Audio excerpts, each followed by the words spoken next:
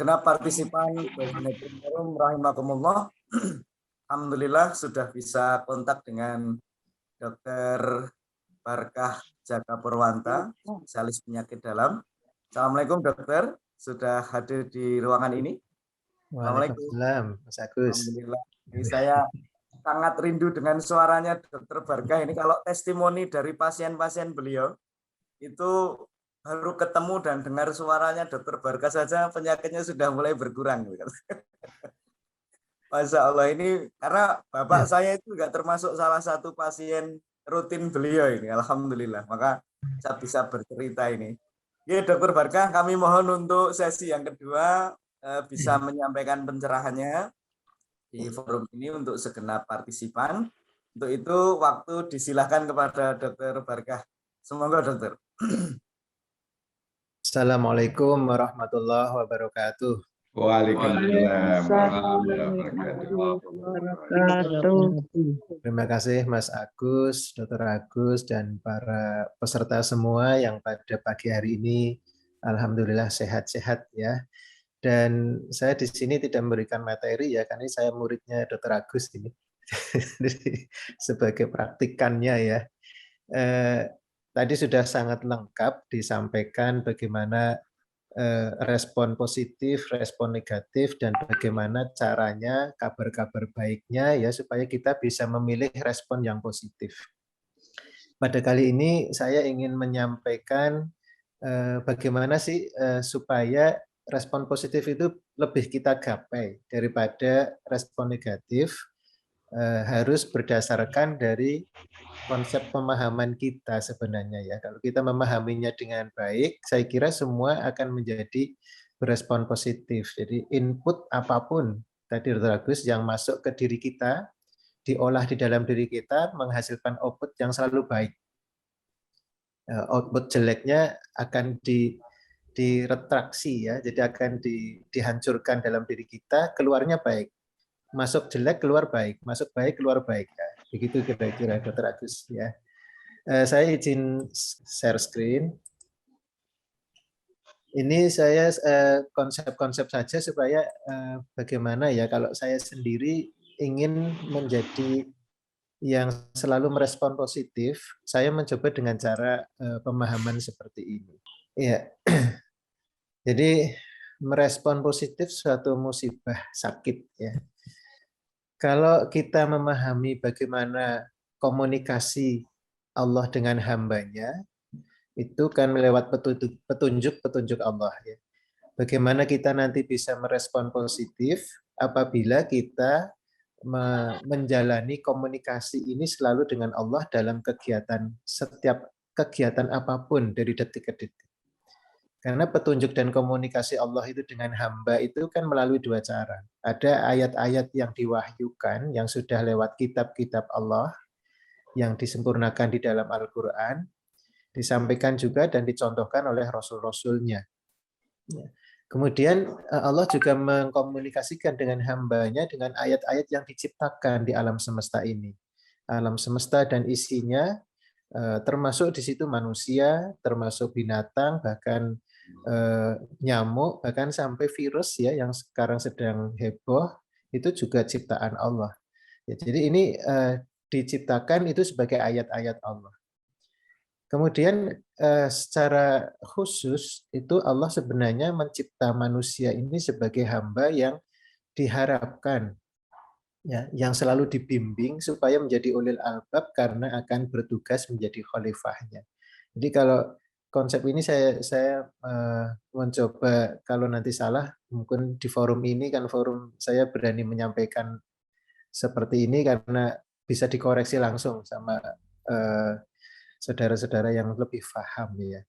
Jadi di sini ayat-ayat yang diwahyukan dan ayat-ayat yang diciptakan itu saling berkaitan. Ya. Di sini ayat yang diwahyukan misalnya Iqra, bacalah. Di sini ayat yang diciptakan Allah menciptakan manusia. Baca bagaimana penciptaan manusia. Menciptakan virus, baca bagaimana virus itu diciptakan dan bagaimana olah tingkahnya dan seterusnya. Maka di sini ayat-ayat yang diwahyukan dan ayat-ayat yang diciptakan selalu berkaitan ya, dan itu menjadi komunikasi kita sebagai hamba bisa membaca kedua ayat ini yang diturunkan dan yang diciptakan. Jadi kalau kita melihat di sini sebagai manusia, itu Allah sudah menyiapkan bahwa diciptakan manusia dalam kesempurnaan. Laqad khalaqnal insana fi ahsani taqwim. Sungguh kami telah menciptakan manusia dalam bentuk yang terbaik, yang sebaik-baiknya. Jadi sesempurna-sempurna mungkin. Kalau anak kedokteran, kalau kita di kedokteran mempelajari bagaimana susunan tubuh manusia, bagaimana mekanisme fisiologisnya dan bagaimana sebegitu lengkapnya, sehingga kalau orang kok bisa bicara, orang bisa mendengar, orang bisa bergerak, orang bisa berpikir, orang bisa membuat sesuatu, berinovasi, Masya Allah itu dari mana rangkaian-rangkaiannya sih bisa menghasilkan seperti itu. Itu karena dengan segala penciptaan yang sempurna. Kalau kita HP tahu kok bisa ya HP itu bisa lihat suaranya, bisa lihat orangnya, bisa lihat suaranya, bisa mencari segala macam di Google, semua macam bisa. Seperti itu bagaimana pembuatan HP, maka di sini manusia jauh lebih sempurna dari itu semua. Karena apapun bisa diolah ya, diolah di diri manusia kemudian menciptakan sesuatu yang memang sudah dikehendakinya.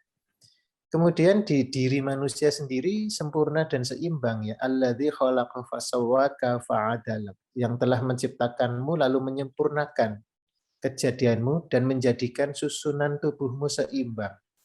Ini berkali-kali kalau tadi suruh mempelajari bagaimana susunan tubuh manusia, bagaimana manusia menciptakan Allah menciptakan manusia, maka kalau dibaca lagi begitu sempurna kejadiannya, begitu seimbang di dalam penciptaan di tubuhnya.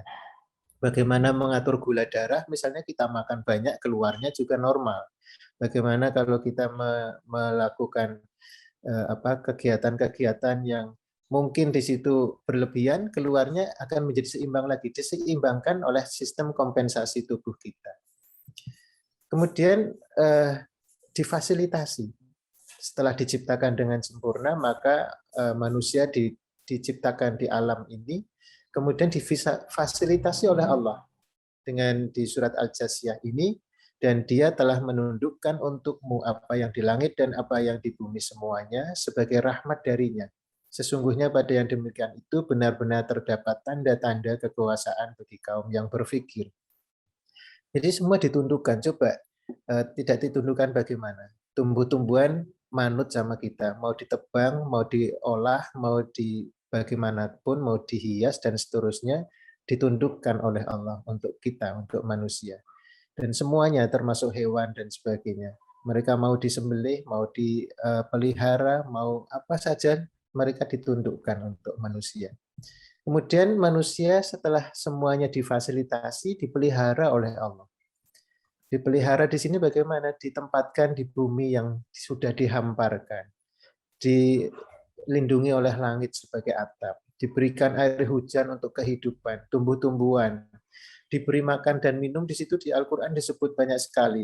Diberikan daging, ikan, ASI, diberikan makanan yang halal dan thayyib, tinggal memilih ya. Diatur bagaimana air ya untuk minum kebutuhan kita, buah-buahan, anggur, sayuran, macam-macam sampai kendaraan. Ya, bahtera, unta, kuda disiapkan, perhiasan pun kesenangan-kesenangan diciptakan, ada emas, perak ya. Kemudian bagaimana untuk pembangunan yang kita butuhkan, ada unsur besi dan sebagainya, mineral-mineral yang sangat bermanfaat itu. Bahkan pasangan hidup untuk melanjutkan keturunan, semua difasilitasi dan dipelihara oleh Allah. Jadi mau kemana lagi kita hidup ini kalau tidak untuk bersama dengan Allah. Maka untuk itu pun sudah difasilitasi, sudah dipelihara, kemudian begitu kasih sayangnya Allah kita diberikan petunjuk. Petunjuk ini yang sudah sangat sempurna. Al-yauma akmaltu lakum dinakum wa atmamtu alaikum ni'mati wa raditu lakumul Islam madina. Sudah sempurna. Agama sudah disempurnakan oleh Allah. Dari Adam sampai Nabi Muhammad SAW. Dengan kitab-kitabnya disempurnakan semua di dalam Al-Quran itu. Dan dicukupkan nikmatnya. Tadi bagaimana kita bisa tidak bersyukur. Semua disediakan Allah. Kalau kita mau bertanya, sebenarnya apa sih? Kalau kita ingin mencoba menanyakan secara jujur, apa sih kebutuhan saya, kebutuhan kita yang tidak ada di alam semesta ini. Coba cari kebutuhan yang di alam semesta kita tidak disediakan oleh Allah. Pingin apa? Ada semua. Ya, artinya itu memang sudah dicukupkan. Dan di sini sebagai petunjuk Allah, maka Islam sudah diridhoi sebagai agama bagimu. Kenapa semua itu dikonsepkan oleh Allah itu? Karena Allah ingin tujuan penciptaannya adalah sebagai khalifah fil ardh. Artinya memang dia manusia ini diciptakan dengan segala tugasnya yang banyak, yang akhirnya segala tugas itu dipertanggungjawabkan di sisi Allah. Jadi tidak ada urusan dunia, urusan akhirat, semua urusan dengan Allah Subhanahu wa taala. Jadi dunia itu sebagai wahana untuk kita melakukan berprestasi di dunia ini untuk dipertanggungjawabkan di sisi Allah. Jadi tidak ada yang tidak berkait atau ini tidak ada urusannya agama, nggak ada urusannya ini dunia murni, tidak ada. Karena dunia itu semua milik Allah. Kita menghirup oksigen dari Allah. Kita makan semua diciptakan dari Allah. Dari semua tadi yang disebutkan dari daging, tumbuhan, dan semua yang disediakan oleh Allah. Oleh karena itu memang karena ternyata sebagai khalifah itu menjadi jalan supaya kita betul-betul menjadi pengabdi kepada Allah. Dan dari semua itu penyiapan sebagai hamba yang ulil albab sebagai khalifah tadi dengan kesempurnaan ciptaan, dengan struktur yang seimbang, dengan semua difasilitasi kehidupannya, dipelihara oleh Allah, petunjuknya sudah disempurnakan. Ini kalau kita menjalankan semua ini, kita akan mendapatkan capaian prestasi kehidupan. Kita lakukan semua dengan baik, maka capaian prestasi kehidupan mau jadi apa, mau mendalami apapun di situ tidak akan habis di dalam-dalami semua. Diamalkan semua tidak akan habis. Jadi jangan sampai merasa saya amalnya sudah banyak, masih amalkan yang sudah ada di alam semesta ini. Ya. Kalaupun bingung untuk mencapai ini, kadang-kadang karena kita salah juga dalam menjalankan apa yang sudah disediakan Allah ini, sehingga Allah menguji. Ada kehilangan buah-buahan, kehilangan keluarga, kehilangan emas dan perak, dan seterusnya. Itu mungkin salah satu menjadi bentuk musibah. Ya, tapi musibah juga dikatakan Allah tidak ada musibah kecuali karena kesalahanmu sendiri. Sebagai contoh apa misalnya? Tahu gunung berapi, keilmuannya gunung itu nanti akan meletus pada suatu saat, kemudian meleleh laharnya. Kemudian kita membangun rumah di bawah itu misalnya. Ini kan sebenarnya suatu yang kalau dari sisi bencana mitigasi mungkin kurang perencanaan yang baik. Jadi ini suatu kenapa menjadi musibah hanya kesiram lahar ya karena salah satu kita salah dalam merencanakan kehidupan. Jadi itu jadi satu hal yang menjadi diuji apakah kita benar salah. Sakit juga demikian. Tadi manusia sudah diciptakan dalam keseimbangan. Tetapi keseimbangan itu kita langgar. Bagaimana kita mempelajari keseimbangan itu pelajari dengan sangat sempurna. Bagaimana ahli gizi menyusun supaya sesuai dengan keseimbangan kita, makannya menjadi seimbang, bagi berapa karbohidrat, berapa protein dan sebagainya. Sehingga kalau kita tetap menjaga keseimbangan, kita tidak sakit. Tapi kita sering jadi lupa. Ternyata kita tidak memberi badan kita tuh dengan keseimbangan. Salah, karena kita apa? Kita diberi pengecapan yang begitu sangat indah, sehingga semua merasa makanan yang enak kita kejar. Ini enak, makanya jadi banyak. Ini enak, hanya dengan enak semua, akhirnya masuk ke tubuh kita semua melebihi batas yang sudah ditentukan untuk keseimbangan tubuh kita. Padahal kalau kita nanti memahami bagaimana perasaan enak itu ada pada lidah kita sehingga makannya bagus, sebenarnya karena makan itu suatu kewajiban manusia tadi untuk menjaga kesehatan, menjaga keseimbangan, menjaga kehidupan harus diisi makanan. Nah, supaya manusia itu menjadi tidak berat dalam memakan suatu makanan, Allah memberikan rasa pengecap yang begitu maha pemurahnya diberikan itu, sehingga untuk menjalankan tugas kewajibannya manusia menjadi ringan, bahkan merasa membutuhkan. Saya ingin makan itu karena itu enak dan seterusnya. Itulah Allah memberikan segala sesuatunya sehingga kita bisa bersyukur. Begitu enaknya makanan ini ya. Kenapa bisa enak? Wah, ada cabenya, ada sambelnya, ada apa? Ada garamnya, ada gulanya, ada rasa-rasa di situ. Itu siapa yang menciptakan? Allah semua juga. Ya, Allah memberikan gula, memberikan garam, menciptakan semua di alam ada cabai, ada merica dan seterusnya. Karena apa? Ternyata itu juga sebagai bentuk kemurahannya, sehingga kita bisa merasakan semua itu, melaksanakan kewajiban memberikan makan terhadap tubuh kita dengan rasa yang ringan, bahkan kita mencarinya. Dan itu menjadi ibadah kita kalau kita memberikan makan ke tubuh kita. Dan yang lebih baik lagi, maka di situ halalan thayyibah. Contohnya, mencari yang halal dan thayyib. Thayyib artinya seimbang, baik untuk tubuh kita, mengerti betul kebutuhan tubuh kita, kemudian kita berikan sesuai dengan kondisi kebutuhan di tubuh ini. Oleh karena itu, kehilangan, musibah, sakit, dan sebagainya, ini betul-betul diuji untuk kita, apakah betul kita itu sudah menjalankan itu, dan kalaupun, oh ternyata sakit, oh ini berarti masuk ujian, kita akan nanti, oh ternyata kemarin saya salah dalam cara memberi makan terhadap badan kita sendiri. Belum ini, akhirnya menjadi introspeksi berbagai hal, dan itu akan bisa lulus tadi kalau kita selalu merespon positif, tetapi bisa negatif. Kalau apa-apa kita menyalahkan, kenapa sih Allah menciptakan cabai saya jadi sakit? Beda kan kehidupan ininya, tanggapannya. Kenapa sih Allah memberikan air sehingga jadi banjir? Jadi sisi terhadap musibah dan sebagainya itu sisi negatif. Tetapi kalau kita sisi positif, nanti kita akan bisa mengerti bagaimana kita mau memilih respon yang positif yang harus kita jalankan. Jadi tadi sakit, Dr. Agus sudah menerangkan begitu banyak. Secara individu, respon positifnya diberitahukan ya oleh Allah, oleh Rasulullah, dan seterusnya. Manfaat-manfaat baiknya apa sih sakit? Sampai dinyatakan terinci seperti serinci tadi Dr. Agus menyampaikan semua.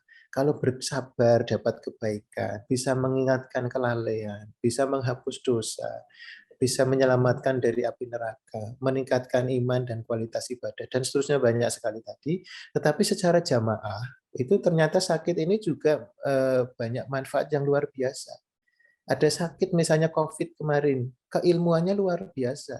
Apa sih virus corona? Bagaimana sih penyebarannya? Bagaimana sih menjangkit ke manusia? Lewat jalur apa sih? Kemudian menjadi apa? Penanganannya harus seperti apa? Kemudian pencegahannya bagaimana? Dia menempel di mana, harus muncul obat apa? Kemudian mau divaksin bagaimana? Begitu hanya menciptakan satu virus saja, itu keilmuan sudah luar biasa. Dan dari keilmuan ini pun akan segala macam ya, penyakit entah nyamuk, entah tadi virus dan sebagainya, telah menggerakkan dinamika kehidupan, ekonomi bergerak dari sisi yang lain ya, misalnya ini sisi obat, sisi vaksin, sisi penanganan rumah sakit ya, misalnya isolasi dan sebagainya, perlu alat APD segala macam, semua itu akhirnya oh butuh ini, butuh itu, dan seterusnya, akhirnya bergerak ya secara sosial, secara ekonomi dan seterusnya, dan semua itu dimasukkan bahwa semua menjadi dinamika kehidupan. Seperti orang ada, kenapa ada yang orang yang miskin, orang yang kaya. Kita buat semua kaya aja, sama rata sama rasa, semuanya kaya gitu ya. Enggak mungkin. Kalau kita misalnya ada orang yang mampu, kemudian semuanya mampu, tidak ada yang menjadi tukang batu, siapa yang bisa mendirikan rumah? Ya. Harus ada tukang batu, ada tukang kayu yang keahliannya di situ juga bisa. Tidak mungkin hanya dengan uang ditumpuk menjadi rumah kita. Semua saling berdinamika kehidupan ini karena semuanya akan digerakkan. Kenapa ada penjahat? Kenapa ada yang tidak baik di kehidupan ini? Karena di situ juga ada ayat amar ma'ruf nahi mungkar. Kalau semuanya sudah baik, nggak perlu ada amar ma'ruf nahi mungkar. Jadi kita tidak perlu kecewa dengan keadaan, karena justru keadaan itulah yang akan membuat kita menjadi bergerak untuk menuju ke idealisme, idealita kehidupan, arah mengarahkan semuanya yang tidak baik menjadi baik. Itu tugas kita sebagai khalifah fil ard. Inilah yang akhirnya dengan sakit, dengan segala macam pemahaman kita yang tadi jadi jelek, kita arahkan supaya ini menjadi semua kehidupan. Ya. Jadi semua sakit itu luar biasa. Kalau tidak ada sakit, tidak ada fakultas kedokteran, tidak ada farmasi, tidak ada gizi, ya, ilmu gizi, tidak ada orang-orang menjadi berkeilmuan di situ, tidak ada rumah sakit, tidak ada pabrik obat, tidak ada macam-macam lah, tidak ada alat kesehatan, semua itu yang bergerak begitu luas gara-gara ada orang sakit. Ya. Maka kelompok lansia itu kalau mungkin kita akan mencoba melihat kelompok lansia kalau mau dilakukan supaya amalnya banyak, dia suruh bekerja seperti orang muda kan tidak mungkin. Tetapi dengan dia menderita sakit luar biasa, pahalanya luar biasa. Orang yang lansia menjadi sakit itu pahalanya luar biasa. Dengan sakit di mereka itu ya tadi ini secara jamaah dia ternyata bisa menggerakkan semuanya. Menjadi ada perawat, menjadi ada dokter, menjadi ada rumah sakit, menjadi ada pabrik obat, menjadi semua ya, pabrik mobil untuk ambulans, pokoknya semua ya. Jadi pahala bagi kelompok lansia yang sakit ini yang tidak disadari, barangkali Allah memberi kemurahan dan kebahagiaan kepada kelompok lansia yang dipanjangkan umurnya, kadang sampai dipikunkan karena hanya untuk menambah pahala-pahala mereka, menghapus dosa-dosa mereka dengan sakitnya dan menambah semuanya sehingga pada suatu kesimpulan menjadi sakitku ibadahku. Ya, pada saatnya akan seperti ini. Dan ini tentu karena kita sejak awal sudah dibimbing oleh Allah, ayat yang pertama turun, Iqra bismi rabbikal ladzi khalaq. Bacalah dengan menyebut nama Rabbmu yang menciptakan. Ini sudah di pertama kali. Bacalah semua alam semesta ini, Al-Quran dan seterusnya, dengan nama Rabbmu, Tuhanmu yang menciptakan semuanya. Menciptakan apapun. Jadi baca dengan atas nama Allah. Berarti kalau atas nama saya misalnya kemana saya ini atas nama Dr. Agus, saya ke sini, berarti saya harus membawa apa yang disampaikan Dr. Agus ke mereka. Kalau atas nama Allah berarti kita harus menyampaikan apa risalah Allah untuk ini semua. Ini yang telah menciptakan manusia dengan segumpal darah ini. Ini pancingan juga. Ini sudah menciptakan ini apa? Baca lagi. Apa itu segumpal darah? Bagaimana proses penciptaan? Sampai ada fakultas kedokteran dan seterusnya. Salah satunya adalah ini.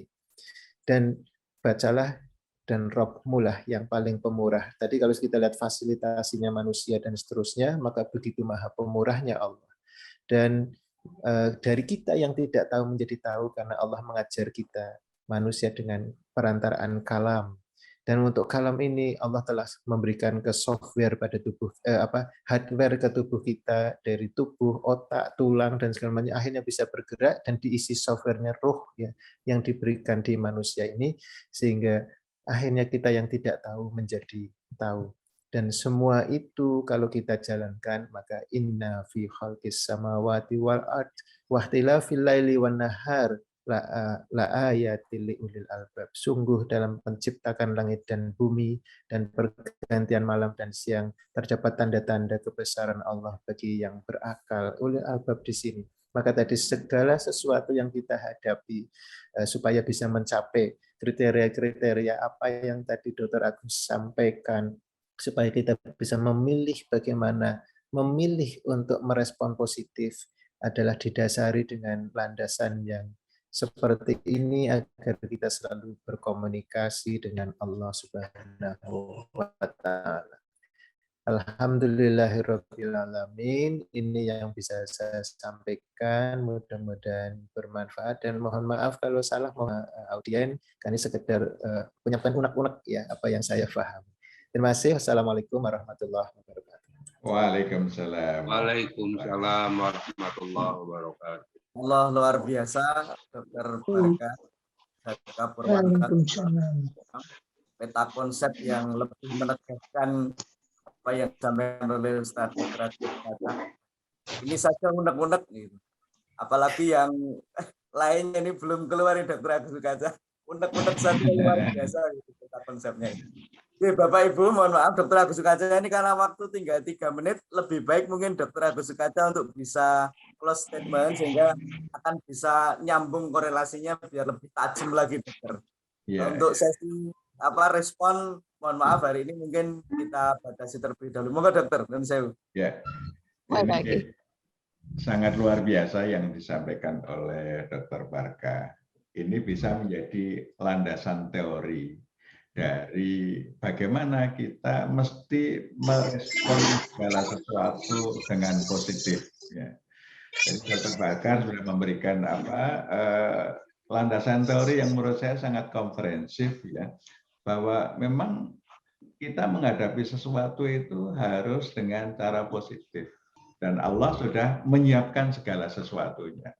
Nah, kita gagal di dunia ini kalau kita tidak mampu merespon setiap peristiwa itu dengan positif. Kita menjadi manusia gagal. Manusia gagal, dan gagal itu akan terbawa dunia akhirat. Ya, jadi bukan hanya di dunia saja, di akhirat.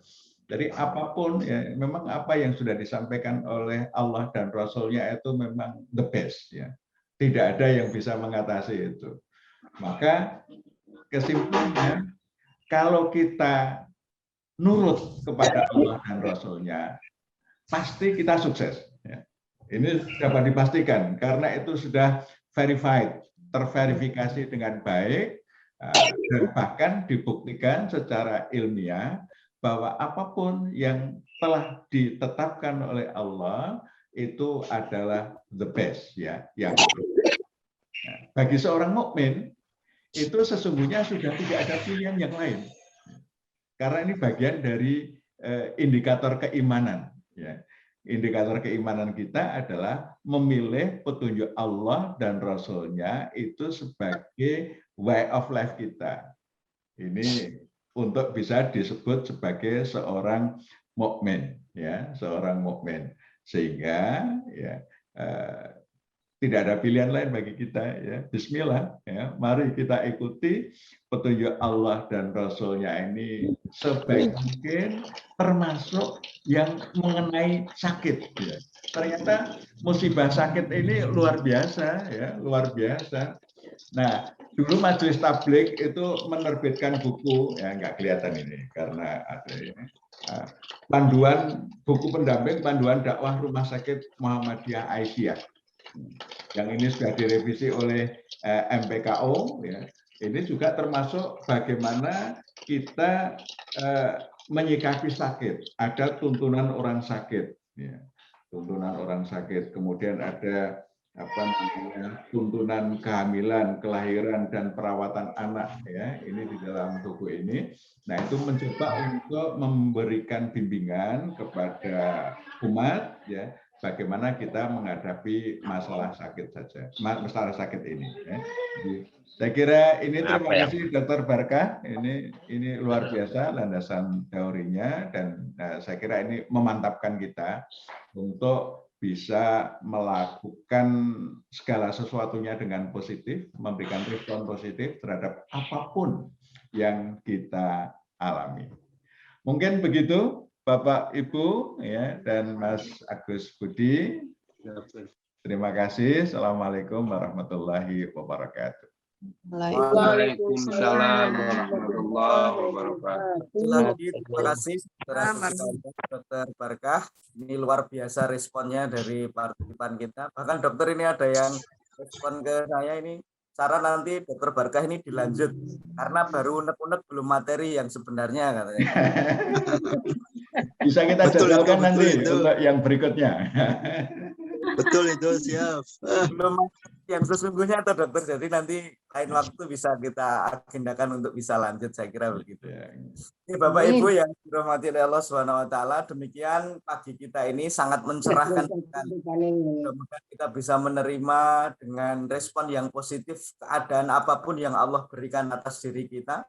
mudah-mudahan pagi hari ini kita betul-betul mendapat energi baru untuk kemudian memandang dan berkarya apapun dengan yang positif. Terima kasih atas perhatiannya Bapak Ibu. Silahkan nanti materinya bisa di-download di biasanya tadi Dr. Barka juga sudah share di tempat ini.